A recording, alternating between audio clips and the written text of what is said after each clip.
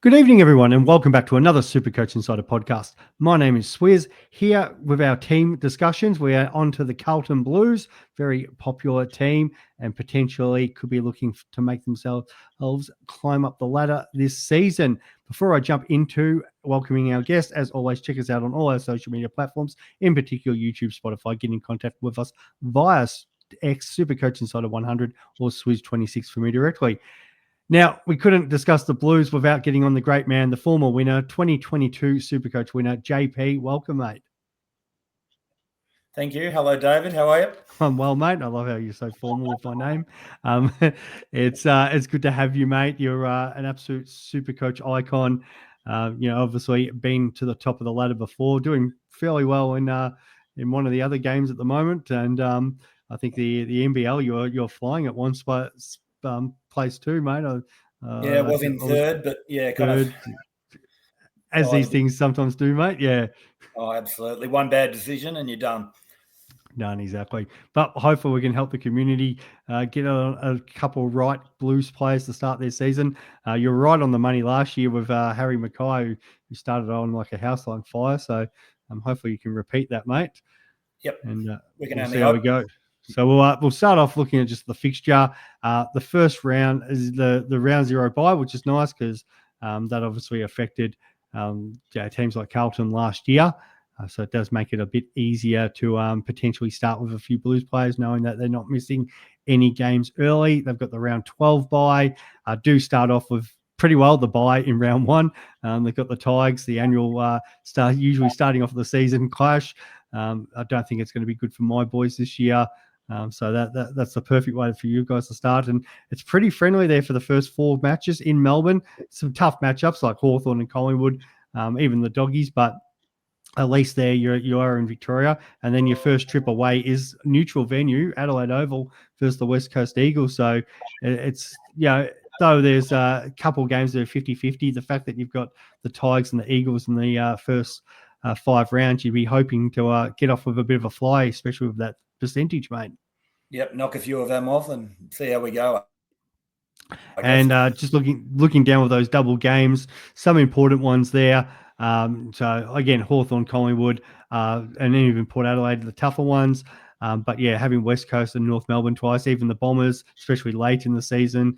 We do know it's a bit of a rivalry match, but the Bombers' late form in seasons hasn't been great of recent years. So it probably does have a little bit of confidence there for the Blues supporters that they could at least halve a couple of those challenging ones, and then probably should get the 2 wins against West Coast, North, and Essendon.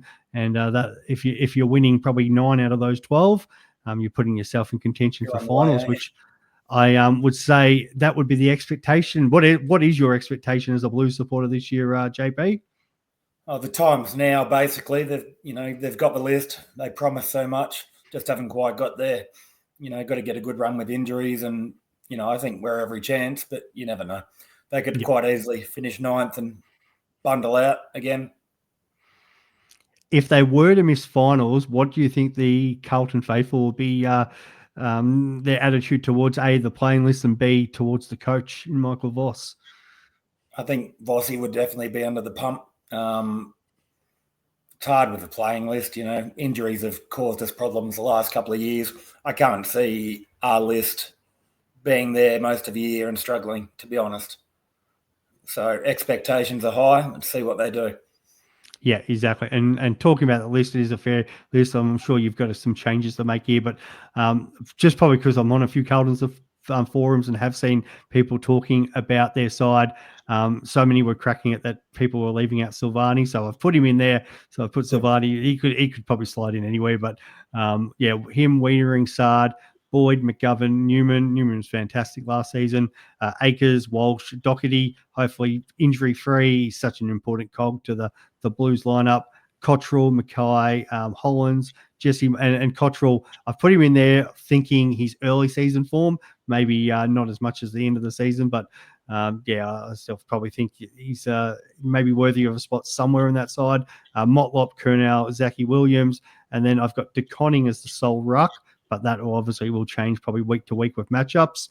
Fingers crossed. Fingers crossed. Cripps, Chera, and then Cowan, Hollands, Hewitt, and the new boy Jagga Smith, who we're all very excited to see, and have put Lockie Fogarty on the bench. Mate, rip that to pieces, because I'm sure there's a couple of players you want out and a couple of players you probably want in. I'm looking through the list now just to see what you've missed. I think Brody Kemp will get a gig. I think Nick Haynes has every chance of getting a gig. Hoping Orazio never plays again. Yeah, it's funny because originally I had Kemp in, and then I was kind of had Hayes, and then just everyone talking about Silvani, I was like, oh, well, I've got to take someone out. So yeah, probably Kemp's unlucky there. Probably deserves a spot, but and knowing Carlton's injury history, hopefully they can get that right. He's probably not. If he just misses, he wouldn't be too long to getting in that side. But yeah, there's some fairly big raps on. Call. Fairly big raps on Ollie Lord internally, I think. Yeah, is a big. That's a fair call. Yep. Yep. I think he looks fantastic. You know, he's only young and got drafted mid-season last year and looked great in 3 games and got dropped for finals. And I think Ben Camporelli will probably push early-ish for a spot. Probably not round 1, but I think if early season form in the VFL, he won't be too far away. What else we got? Corey Durden, maybe. It's hard. It's hard with your small forwards with your Motlops and your Durdens, and because like small forwards, they can be in and out of size. They can have a little patch and then can go missing for weeks. So it's kind of hard to get a kind of a read on where they go. And that's where it was kind of hard trying to pick Cottrell and Motlop and Durden and those sort of players. Well, you've got Ashton Moyer as well. The Jungle Drums are beating there internally. I think he's going to command some game time. He was very highly rated in his bottom year, and then his top year wasn't so great, but, played 2 sub games last year and looked great. So he's every chance of getting a gig round 1, I think. Yeah, so it'd be kind of interesting to see. Obviously, it's probably a couple months out still from the first game, so that's probably you'd hope there's not many injuries or any sort of delays to the season for players. But if you've got the full complement to pick from, probably a couple of headaches, which is what you kind of want. But I'm kind of excited to see how young Jagga goes, and I think he'll probably be there round 1 because he just looks an absolute jet. He's a lock, I think. Yep. All right, we'll get into the Supercoach targets. That's what we're here for. So I'll start off with the key man, Patrick Cripps, absolute superstar. Probably not like the biggest Supercoach year, but still went 110, which was still good enough to have him in that mix of around that top 10 mark. The fact that the Blues are looking to push higher up the ladder will potentially mean more wins. And then you're getting a bit more of the lion's share. What do you think about Patrick Cripps as an option going into the 2025 season, mate? Look, at full price, he's probably not quite there for me. He sits in that top 10 bracket in the midfield. You really want top 6 players, don't you, in there? So if he drops some cash and you can get him cheaper, or he goes on the tear, what did he get? 45 Brownlow votes last year. You probably not going to have much of a better season, and that's sitting at 110. So Jagga might take some pressure off him, and an actually fit Walsh and Chera might do the same, but he's probably not in my calculations at the moment. It kind of reminds me of like Dusty's career year where he won the Brownlow with 36 votes, but only went 119 Supercoach, which is still a brilliant year. But that was sort of out of really out of the box for him. And Cripps couldn't play any better from a that sort of point of view in regards to best and fairest and Brownlow. But yeah, still only puts kind of 110 Supercoach, which I think probably these days he is probably a little bit more capped than maybe he was a little bit earlier in his career, just because you've got a few extra mouths to feed. Like it looks a stacked lineup. But I still think you probably, as you're saying, you'd want him cheaper. You'd hope that he has maybe a couple poor games earlier on, or because we know he can smash out 140s. And he's probably that when we come the second half of the year and we're trying to get that flex position and getting maybe that 9th midfielder, maybe he's somebody that you can look at because he's he probably is a lock around that mark. But yeah, as you're saying, you're probably not somebody you're starting because you're probably paying for what you're getting. Yep. Yeah, he's good value, and you're going to get your 110 out of him. Look, he started kicking goals last year, playing forward. He's cleaned up his disposal he's pretty much in his prime at the moment. The one that everybody gets more excited about, the guy straight under him, slightly cheaper at 583K, is Sammy Walsh. What are your thoughts on Walsh, mate? Are we going to finally see this season where he becomes one of the Uber premiums, or is he just going to tease us for his career and be that 110 guy? I'm not really sure. He's just been underdone the last couple of years. If you knew he had a flying preseason and his back problems were behind him, full of confidence, you're going to get 15 Ks running out of him every game. So he's going to be in and around the ball all game. It's just basically on his preseason, I think. A lot of people went on him this year, didn't they? They did, yeah. And he didn't quite deliver. He's finished at, what was his average, 107 at that price, 108? Yeah, it was 108. Yeah. So he can explode. His disposal concerns me a bit from a Supercoach perspective, and he doesn't kick as many goals as you'd like from that running mid. So he's another wait and watch on a preseason for me.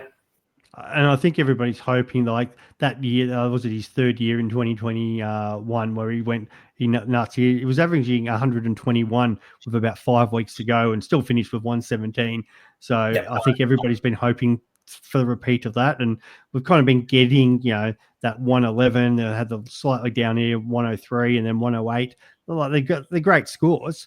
But yeah, it's just I'm with you. I don't know if it's going to hit the heights just out of that range. Yep. Yeah, where we want the Uber.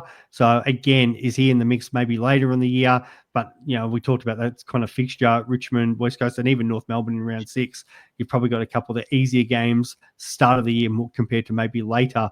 So yeah, it's a tough one. Yeah, but at least with Cripps and Walsh, you do have that early buy, so potentially you get through the round 12, and that's somebody that you could target as one of your last midfielders as we move into the second half of the year. I think the concern with him is he's a bit more taggable than Cripps. Cripps is your bull and just gets away from people. Walsh can outrun people and wear them down throughout the game, but it might take him 2.5, 3/4 to do it. Yeah, no, that's fair. All right, the exciting midfielder, young Jagga Smith. I had him in the mix. I was nearly hoping, a part of me, that Richmond would go and take him at pick 1, as JP's going for another drink. But we've I got something for Jagga Smith. Oh, I love it, mate. That is brilliant. I think that's as clear cut as you can probably get it out there, guys. Get Jagga Smith into your team.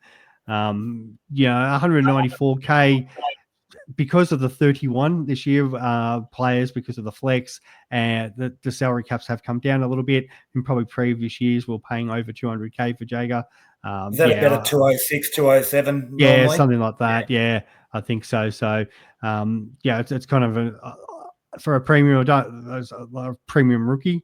I don't mind it. The only issue was, how much midfield rotations he's going to get, because obviously you're going to have Cripps, Chera, Walsh, Hewitt, the likes of those guys around.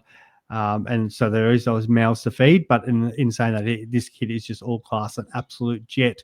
And coming up against the Tiger Cubs in round 1, and then a couple other, as we said, teams 5 and 6. It's not going to take much for him to at least average 60. And he's potentially he could go anywhere in that range of 60 to sort of 75, and that's probably making enough cash. And it could be one of the better Uber rookies for the year. He's just a magnet. He works hard. He's like a Sam Walsh. Again, can kick it a bit better. He's very slight. He's probably 72 kilos ringing wet. So that's going to be a problem. But he's, good enough to work off players and work hard to get the ball. I'm pretty confident he'll average mid-70s. But the only thing, it's going to depend on who's playing around him. If you've got a Camperelli coming in, or an Ollie Lord, or a Elijah Hewitt, they're going to eat into his mid-minutes. But there is talk of him playing off the back flank potentially. So it just depends what he's going to do. That's the kind of an absolute lock in. The new vogue now with the rookies. We've seen it with Dacos, Sheasel, McKercher, great example. So I've got Boyd there at the moment, but does he become maybe the 7th backman? and then rotates through that half back line. And, we saw how quickly McGurcher, settled into that role. And, these guys are who previously, as you say, would be, maybe averaging mid-70s, maybe high 60s, are now, pumping out 80s, 90s for us because that half-back role, no one's going to tag the kid. And, with his sort of work ethic and foot skills, he could be very damaging back there. Boydie's more your lockdown defender. He'll kick in. So I dare say he's more a back pocket. So there'll be a spot on the back flank somewhere. They're going to rotate a few players through, I believe. Yep. No, I like it, mate. So if you didn't see that, he's picked up the lock of the season. Get Jagga in. There he is. Need to just write a little JS on there. One of the most contentious ones at the moment, and it kind of depends on how Carlton set up their ruck, but is Tom De Koning, 547. A lot of people are looking at him as an R2 option. Absolutely explosive in some games last season. It was really earmarked when he went on that run where he scored 131, 140, 146, 176, and 128. And then, unfortunately, found himself out of the side with some injury later in the year. What are your thoughts on De Koning? Has he, in your early drafts, made his way into your side, and is somebody you're tempted by it? My daughter and I have fights over who has the biggest man crush on Tommy in the family. I love him. He's great. The only problem is Pitternet, who I really don't like, and I'd love to retire him. But it just depends what he's going to play. I dare say Pitnet's going to come and play on some of the brutes, like he play on, Briggsy and Nank and all those guys. So there's every chance we get Pitternet in round one against Nanky Tank. So it's going to put some people off. I'm pretty keen on him, though. At that price, I think, that month of footy, he looked like the best player in the league to me. Yeah, absolutely ridiculous. Like, the way he moved around the ground, it was just like we've seen it with Tim English for a couple of years, where he's more of an extra a tall on baller than he is an actual ruckman, and that's the sort of same thing with De Koning. Like his hit outs aren't anywhere near the big rucks of your Gawn and Grundy, Cherry, who can win 50 hit outs for fun on any given day. Like I think De Koning's best was like 34 when he was sole rucking. But the possessions that he gets, like he's roaming around picking up 25 touches as a ruck. He reminds me of a better version of Matthew Cruiser, to be honest. Like can ruck better, just follows the ball around the ground, can move well, can get the K's in the legs, can kick goals, gets clearances. Yeah, exactly. And it kind of is that Timmy English development where we saw English just once he got the sole ruck, there was no stopping him that year.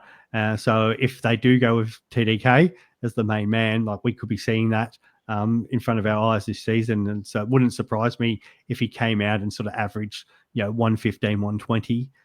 But as you said, the big brute, if Pitt comes in, it obviously will stunt any opportunity that we're going to have as an R2 who could be one of the best players in Supercoach for the year. That's why I potentially like him in a flex position where you've got that extra ruck, because he can be the type to get injured. He's bash and crash with his ruck and flies for marks and things, tries to take mark of a year every week. So it's good in this year to have that flex position where you can put an extra. I think ruck's a good position, probably later and then a money maker earlier. And I think that's like a lot of people are liking the idea of, say, Matt Flynn. Just talking a bit of strategy because you can sort of put the three in a lot. I think Cherry's probably going to be everyone's lock at R1. So then, you can roll, say, a Flynn or a De Koning at R2 and the other one in the flex position.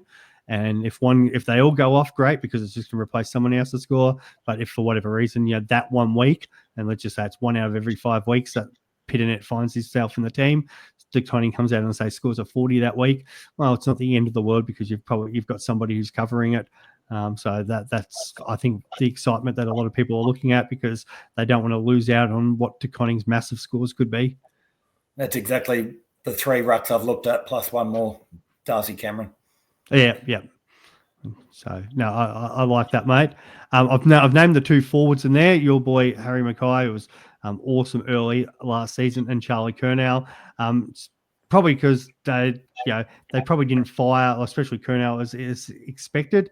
And especially now with the flex position, I feel like the F sort of 5 and 6 are kind of nearly dead spots because we can play, you're more that third ruck or your M9 in the flex position as the season goes on. So we can probably take risks more with these key forwards who before you kind of didn't want them because their consistency is all over the shop. Mackay was probably a lot more solid last year. Like he did have some games in the 60s, but early in the year when he was pumping out those 130s, looked like Jezza, just the great or Kernahan. The Blues have got this champion centre half forward back and firing around, but obviously that did drop off as the season went on. And then Charlie Curnow, on any given week he can pump out a 30. But there's also scores of 120s, and we saw what he did against West Coast the previous year, where he pretty well won the Coleman on that game where he scored that 178 against them. So the fact that and the 186 as well. So against a Richmond side who may even be without Bolter come round one, you can kind of take a risk maybe with one of these forward types, knowing that when they put up a poor score, it's just going to be flexed out. Honestly, I don't have either I've only spent about 10 minutes on my team, to be perfectly honest. I generally that's all a champion needs, mate. Yeah, have a look, pick the team, and just win cash. I'll wait until preseason games because a lot can happen and then you overthink it. I wouldn't have either in my calculations, really, at present. Charlie Curnow's end of year just absolutely murdered me. I'd be putting my money on Harry if I had to pick between one of the two. And if he has a good couple of weeks in the preseason, I may consider him. But I think there's too much good value at the moment to for sure. pick one of those. But I think I've got them more because later in the year, especially after that early buy.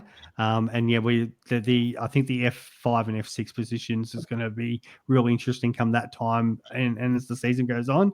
So they're firmly in the mind. They are for late in the season. For later in the season. And that's why I've named them there because, as much as we want to get that starting side, right, we also need to have players in the mind as the season goes on and we're looking at strategy. So they're definitely, just a little bit of food for thought. Any player that I haven't listed there that you would like to talk about? There's a couple I've still got in my mind. Who have we got? You got one. Nicky Newman always seems to be a good pick, but no one ever takes him. What did he average? Completely underrated. Averaged nearly 102. Yeah. He doesn't get talked about every year and just keeps backing it up and doing it over and over. And the thing I like seeing is guys sort of what's their sort of second half form. Like he had a couple poor games at the start of the year and that was sort of a bit of role dependent. But he's a guy, he pumped out a 148, a 147 and a 156 and also a 144. So he's got 4 scores of 144 and above. That's just ridiculous for a defender. Yeah, isn't it? Potentially because if you're looking at before that round 8 match where he just went nuts against Collingwood, he was only averaging 88. So from that moment on, so there could be there's still a little meat on the bone. And for a guy who I'm going to say he's probably going to be started in less than 4% of teams because he's not as sexy as some of the other guys that we can have in defense. Yeah, I definitely like him. Maybe I should consider. Yeah, I think it's a good preseason watch to see sort of how all the magnets fit in together, but not one I'm completely ruling out, especially when a lot of people are looking at, say, your Jack Sinclairs, for example, and I think that's sort of dividing a few people in the community. So, you only need that one type of pod. I'm on the fence. and that's the other thing. I don't like St Kilda as much, and that's nothing against the Saints, but St Kilda are probably looking, I won't say as much as just bottom 6, but the bottom half of the ladder, the bottom 10. Mid-road. Carlton, as we said earlier, pretty bullish on them. Yes, they faded late in the season last year, but this should be, as long as they stay fit, this should be their time to push that top 4 position. And if they're doing that, you're getting a bigger chunk of the Supercoach pie, and these players here should be, their key targets, leading them to that. So, yeah, if you're winning an extra 3, 4, 5 games, it might be an extra 5 points on some of these players. Yeah, for sure. Would you consider Doherty in any way, shape, or form, or is it just too much of a risk? He's done 3 ACLs and had cancer twice. I think he's nearing the twilight. It's not really something that I'd think about. He's a heart and soul player, been a great servant, been a great Supercoach servant over the years, but it's probably a cross through his name for me. Just too risky. I think so too. And that's even one for draft too. I wouldn't be going to Doherty because you just don't know how many games you're going to get out of him. I'd rather somebody who I know that's going to play, 20 games, whatever length your Supercoach draft season is. But yeah, just not somebody that probably just worth the risk going there. And I think you're probably more safer on going somebody like maybe your Akers and Hewitt, somebody like a Blake Akers who just consistently gets sort of that 90. It's not a bad little draft smoky, because probably gets overlooked because there's always hype players every year. And plays his games every week. Exactly. If he's depending on what side of the wing he's playing, but if he's playing more the attacking side, he does get forward. Can put hit targets in the forward line, scoreboard impact, and that's what obviously is big in Supercoach. In regards of the kid, obviously you've said one of the Camparellis, which is 113K. Ben. But Ben, yep. So I wouldn't think, probably outside of that, the team would be probably pretty set. So I wouldn't expect too many other debutants throughout the season. I wouldn't be surprised if Billy Wilson gets a game at some stage. Okay. There's some pretty decent raps on him coming in as a halfback, or he's pretty versatile and looks a likely type. So he may get a game at some stage. Yeah, there's one to keep an eye on, guys, and especially in preseason as the season goes through. Billy Wilson, beautiful, JP. I appreciate your help with talking about Carlton. For the Blues, can I give him my one smoky that I'm? Oh, absolutely. Let's get a smoky that we haven't. Yep, go, mate. Ollie Hollands, if he gets that halfback role, he played it for a couple of games last year. Building into his body, he's a great runner. Needs to work on a few things, but just all heart and goes all day. I think, depending on what he does pre-season, I'm still got him in my considerations. That's probably a pipe dream, something I'd like to have, but he's my watch. Yeah, and Matt Kennedy left for the Western Bulldogs. He played 23 games last year. Yeah, which actually surprised me he played that many. Yeah. So there is a little bit of you expect that's kind of more Jagga Smith's coming in that role, but there's kind of is a couple of positions still up for grab. And you're right there a bit about Ollie Hollands. Earlier in the year, just more because of role, he's put up a few 30s and 40s and 20s, which is not what we like. But later in the season, 90, a 72, a 116, and a 96. So definitely undervalued at 333. And that's probably one also for the draft players out there. If you're in a kind of depends on how deep your draft is, but nobody's going to be looking at Ollie Hollands outside of the one-eye Carlton supporter. There's just one maybe stash away there, guys, because you might be on they're the gems that help you win your drafts. So anybody can pick the superstars at the start, but it's picking those absolute fringe players who nobody's looking at and come out and play 22 games and average. Well, what did he go last year? So 60, 61 over the season. So if he comes out and has a 75, 80 point year, you're laughing. It's got to be halfback role, though. If he's playing his normal wing role, is a no. But if he gets, there's talk of him playing off halfback. It's where he played his best footy last year. Yep, for sure. And that might be also one if he is playing mid and he's not getting the role. But if you get an injury at some point and he's sitting on a waiver, I'd be going to that waiver straight away because he'll be the one going straight back there as in the halfback line.